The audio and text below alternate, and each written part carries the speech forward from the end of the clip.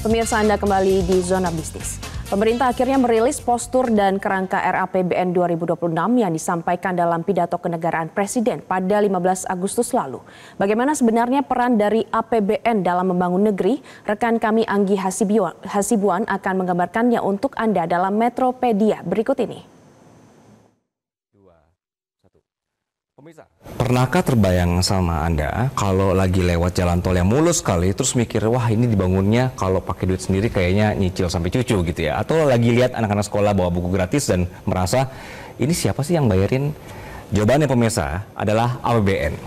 APBN ini singkatan dari Anggaran Pendapatan dan Belanja Negara. Jadi kalau mau dibuat gampangnya adalah bayangin Indonesia ini seperti satu keluarga besar banget. Nah, APBN ini seperti rencana keuangan setahun penuh keluarga, kemudian membahas isinya adalah uang masuk dari mana, uang keluar buat apa, dan siapa yang mengatur. Bedanya kalau keluarga biasa rapatnya di ruang makan, pemerintah dan DPR rapatnya di gedung megah sambil membawa map tebal. Lalu sumber dana APBN dari mana? Ini pertanyaan selanjutnya ya. Uang negara itu masuk dari beberapa pintu pemirsa. Yang pertama adalah pajak. Ini yang paling besar. Dari PPh, PPN, biaya masuk, cukai, dan seterusnya. Kemudian masuk bukan pajak atau PNBP, kayak royalti sumber daya alam, dividen, BUMN, biaya administrasi, atau denda. Intinya semua yang bukan pajak tapi tetap sah jadi pemasukan. Lalu ada hibah.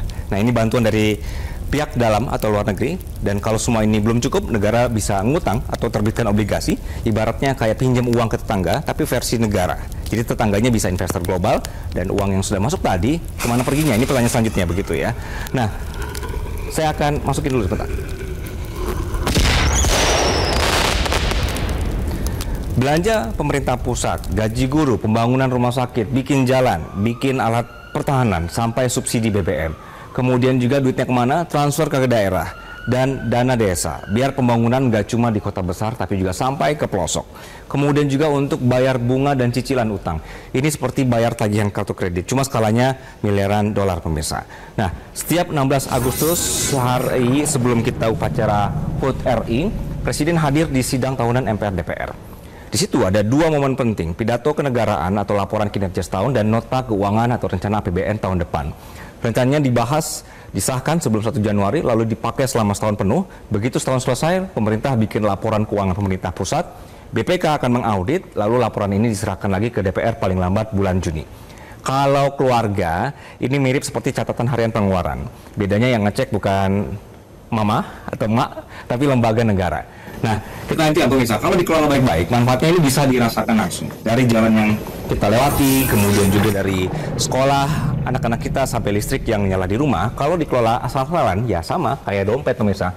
Keluarga akan bocor dompetnya, jadi semua juga ikut repot. Begitu ya penjelasan soal APBN.